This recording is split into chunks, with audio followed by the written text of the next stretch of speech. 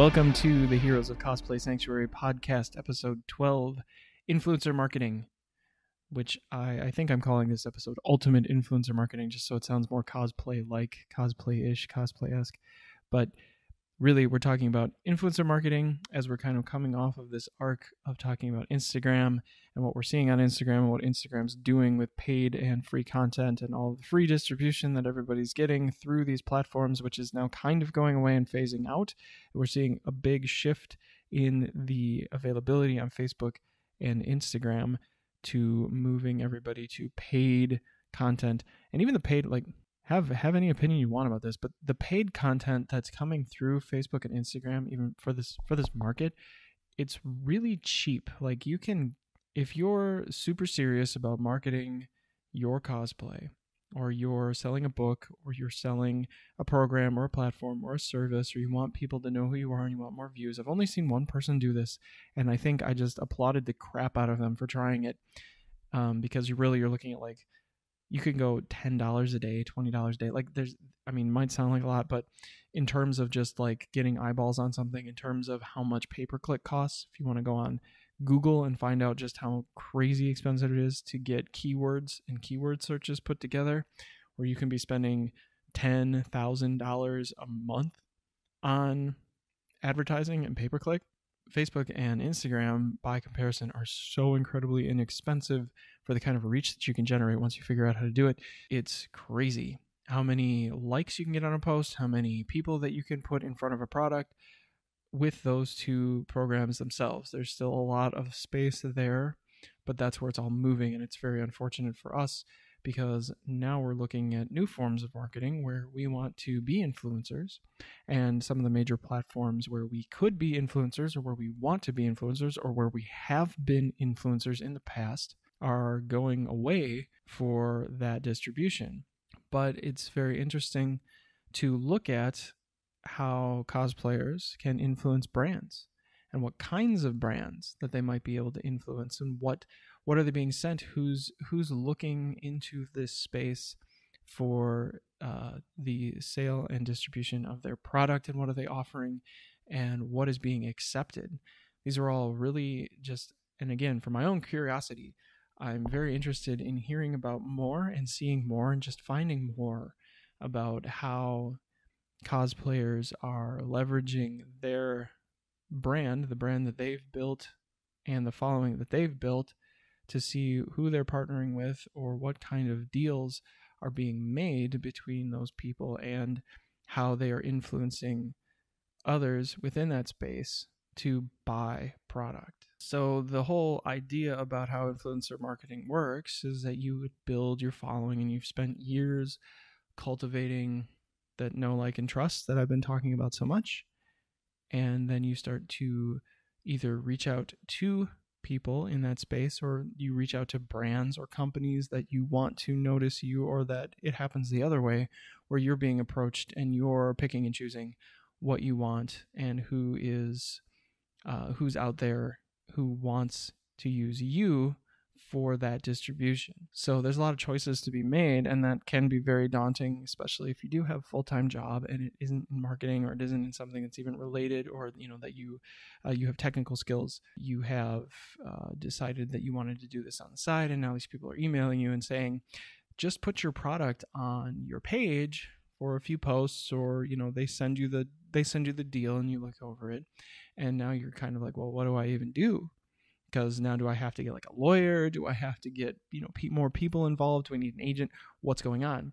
Or do I try and get through this myself and read through this contract myself and accept the terms, and end up getting like screwed over because I didn't really know what I was doing, or that I do something wrong and I violate their contract and I don't get anything? There's like all of these little pitfalls that start to come up. So you have to be very careful and choosy when you're picking someone that you want to work with in terms of influencer marketing.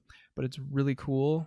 In the next few weeks, I will be able to follow up on that and let you know what I have decided to do, or who I have worked with in terms of influencer marketing, as far as getting different products out there and into the cosplay space for the podcast. And I guess I would encourage anybody in that space to try, not just to produce the content, but then to get it circulated via the convention or otherwise, so that people will take a picture of or explain about the things that you do or the things that you offer to the community.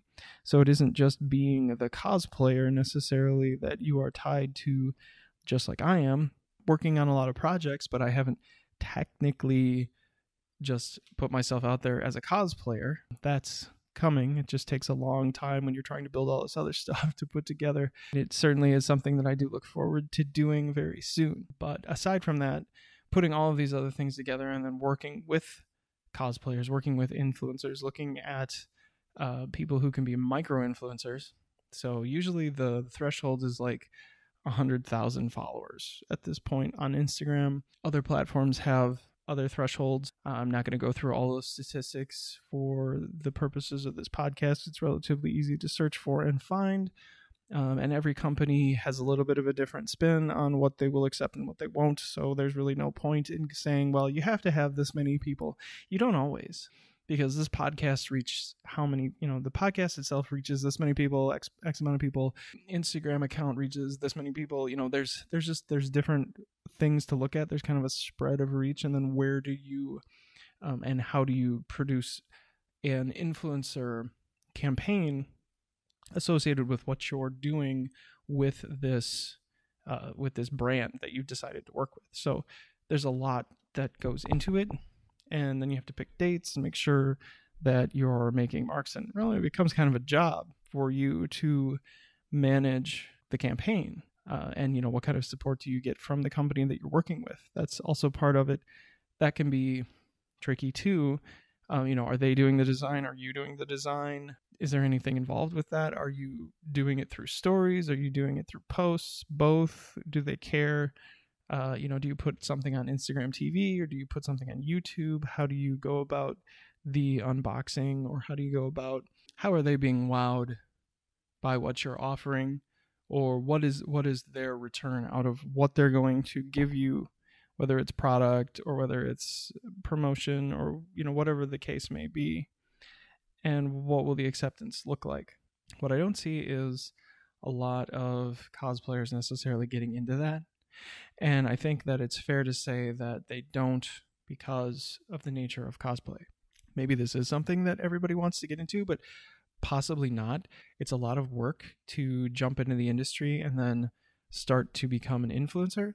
It's even more work to be an influencer and then start to get brand deals, which you aren't necessarily even looking to do as a cosplayer, because a lot of it is really just for fun. There's a lot that goes into that, and it leads me to a thought process as well. How, if I'm on the other side of this, if I'm reaching out to cosplayers, which I will at a certain point, and because I kind of want to see how it would work, and I want to be able to share that with you as well, so that I could maybe even bring people in and talk about influencer marketing and talk about how I've developed that relationship with people and how that's worked and what are the expectations and how the back and forth went, how's the distance and how did we figure out all of these little details. Like, I want to be able to share that with you in the future so that it's more apparent what actually works and what doesn't, what kind of relationships or what kind of networking can even come from something like that. Fostering relationship with other people in the same space,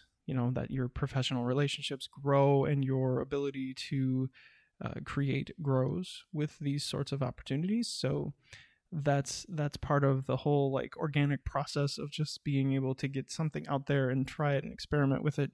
Again, just very interesting to me with this market to see what the possibilities are, or for the other people or for the groups that you work with. The ultimate question for me is, can a cosplayer influence a purchase decision? I bet there are a lot of comic book shops that think that that's a possibility, because that's one place that I do see cosplayers showing up more and more. I know that box stores do get deals now with cosplayers because they can come in when there's like a premiere of a movie, or they can collaborate that with some other things that are going on in the space. The more people that you have show up for fandom, the better. And especially if they are people who can be photo ready, or that they understand modeling or marketing in some way, that they can work within that space. So it's not necessarily just you pushing a product on your page, but possibly you being involved with a photo shoot, or you being involved with brand at their location, or just, jumping on their cast or their sound bites for something, or getting in pictures for what they're doing at a certain point in time. That's not necessarily a convention. So there's different ways to look at how that could work. So when you put together your cosplay, or when you put together your first costume, you're not necessarily thinking all of those things through. When you're developing following, like everybody wants to get more followers, everybody wants this organic reach to suddenly and automatically happen, and everybody keeps pushing it like, oh, let's get, if I got 400, yay, I need to get 500, so get me to 500, help me get to 600, help me get to 1,000, help me get to 20,000. And then when you get there, you're like, oh, thank you so much for 20,000, and thank you so much for 25,000. And remember why you're doing that. Why are you building this mass of organic traffic, this mass of potential influencer traffic? So at a certain level, like, you have to kind of split and go, okay, well, what is this really for? Is it to support my Patreon? Is it to support what I'm doing inside of the community, or, outside of the world of cosplay? Am I going to have another account and people will know me for this and then jump to that and will say, oh, well, now, by the way, I wrote a book on something. You can actually do it for yourself at a certain point. Create your own influencer campaign for a different account. You're still using it for a different type of a brand, or for a different interpretation of your own brand. So there's just different things that you can do. Once you get the following, you're leveraging your community to influence what they are seeing, and they're influenced by your opinion. What you think about things matters. It does work. So once people know you, like you, and trust you, which I, hope that all comes from a good, decent, and wholesome place inside of you, that you're not doing this for some vanity metric, that you're not doing this because you need more people to like the next post, you need more people to get into your group, you need more people to follow you on Facebook. You have something inside of you that needs that. It's very hard to cultivate, and it's very hard to sustain, and it doesn't have an end goal in mind. So if you're helping people, that's a really easy end goal to have. How you help people is a little bit more tricky, but why you help them and helping them isn't so hard. It's very hard sometimes for people to accept help. It's very hard when they are following you, because it's a very different dynamic for people to be able to reach you now, whereas before they had to physically go somewhere, or before they had to call somebody. And if you didn't have the number, and nobody knew who you were. I mean, things have changed so much in this space in a very short amount of time. People are very accessible if they want to be. It's almost just like a buyer's market as far as what product to put where, so that it gets in front of what people. Like, it's very simple in terms of influencer marketing to go through a list of everyone who does all of this stuff and start sending out requests. Very simple to do, is say, hey, I'm with this company and I have this product, or I have this app, or I have these services, and I want you to talk about them. And here's the script, or here's the basic outline, or we're just going to mail it to you. Where can we mail it? You get the box, unbox it, and away you go. It's your stuff. And sometimes there's a kickback and sometimes there's not. That's really, all of those different details are things that you work out with those people when you talk to them. So make sure that if you have questions, that you're definitely asking. The initial response to any of that, especially for somebody who's starting out, the initial response when somebody contacts you is that they're either just BSing you, like there's no way, like, oh no, this is just a joke, or this is spam, or that you're like so super excited and freaked out that somebody actually recognized you and wants you to do something for them, that you do not take one look at what they're doing. I actually made that mistake a long time ago with a brand from the UK that I thought that they were like really on board, or like, oh yeah, I just buy a couple of these things and then put it on your page and this magic stuff will just start to happen. Well, the magic stuff never starts to happen. You do get a promo code, but there's really no magic involved. There was really just you buying things, and then your promo code is never as good as theirs, so nobody really buys anything through you. You don't have that reach. So these were early days, and I learned things from that, and I still have some of that product. So it's not like the clothes go bad or anything like that. It wasn't something that I didn't want. I wouldn't have bought any of it if it was just like, oh yeah, sure, I'll buy that and then all this magic will happen. Well, I was, stuff that I was going to use anyways. Getting it and putting a few pictures. If you scroll way back in time, you can see a couple of those photos. For the most part, it was a one and done deal, and I learned a lot from that.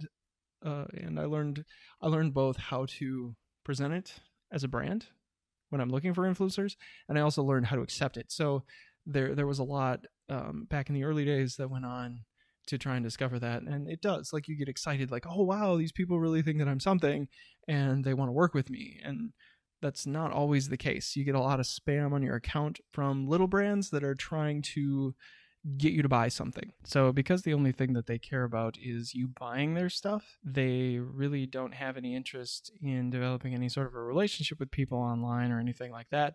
It's really just a transaction and another way for them to reach people and produce more transactions. I've seen that done. Usually it's like super amateur for a business to basically con people that way, where they're like, oh yeah, we have this many people following us and we're really big online, and if you buy these things, like, we'll give you this promo code. Yeah, there's a lot of that out there.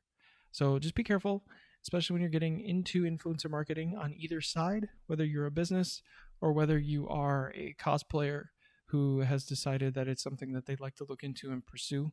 You double and triple and quadruple check everything, that you make sure that it's somebody that you've talked to in the past, somebody who maybe has been following you for a while, and that it isn't just a one and done sort of a thing where you're not going to be able to reach that person very easily in the future should anything come up, or that that you have it worked out, that you're getting what you want up front before you do anything, or that there's some give and some take. So just like any contract, you have to be careful. Both sides are assuming some risk, that it's not just all you or it's not just all them. So you have to be really careful about that. And yes, I do see cosplayers doing unboxings. There's some people who do just some amazing vlogs for products. There's some people who do some really amazing things on YouTube and in Instagram with their stories for some of the things that they get, and just showing you what they are. Unfortunately, a lot of it just kind of gets glazed over. Some are done very well. So the more information that you provide, the more the more storytelling that you do, the more of yourself that you put into it when you're going through these product reviews or any of those sorts of things, the better it's going to be for your audience. So it's really what we want to see. Like, if you're following somebody and they do something like that, it's usually pretty cool to watch. It's just interesting to see a person in that space doing different things in terms of outreach, in terms of what they do at the conventions, in terms of what they make. And some of the lives I see that they do share that. I guess it depends on what you want to share too. Very interested to get started on this. That's a lot. What's really being done in this space and how it might evolve as time goes on, as we all get more and more comfortable with being able to share that kind of information with people in this space. And as followings grow and as they change and as platforms change, there's all this stuff that's just continually going on, especially with cosplay. There's a lot of ways to change it from platform to platform. So as far as being an influencer, I think there's a lot of reach there that people just aren't really paying a lot of attention to. Be very interesting to see how this plays out the next year or so, in terms of what people offer, in terms of what they decide to include, or what kind of brands that they decide to include, or even that people inside of the industry actually start to pay attention to cosplay and say, oh, this is actually a really good opportunity for us within the industry, with DC and Marvel and some of the other offshoot comic brands, to start to work with cosplayers in that space and promote their product, their movies, just all of the things that you see in stores, because they don't need to pay for commercials when they do that. You just need to give somebody a product and have them go nuts with it, which is really cool. Why not send some of those things to people who are going to do a good job of displaying those products, and it's something that they like anyways, and something that they can get other people to buy. So if you are inside of the industry, artists, designers, developers, animators, or even people who market through one of these bigger companies, maybe it's time those people started looking at this group as that next step, or as that way to work with their larger fan base within these smaller fan bases for each of these cosplayers. So that's where I'll leave it. Influencer marketing, probably a topic that we'll talk about a lot as we go, because it's something that I will look at experimenting with or just collaborating inside of as things go on. Super fun. And that's all we have for this week. Thank you so much for listening. This is Scotty B. Here's a Cosplay Sanctuary. Have a great week.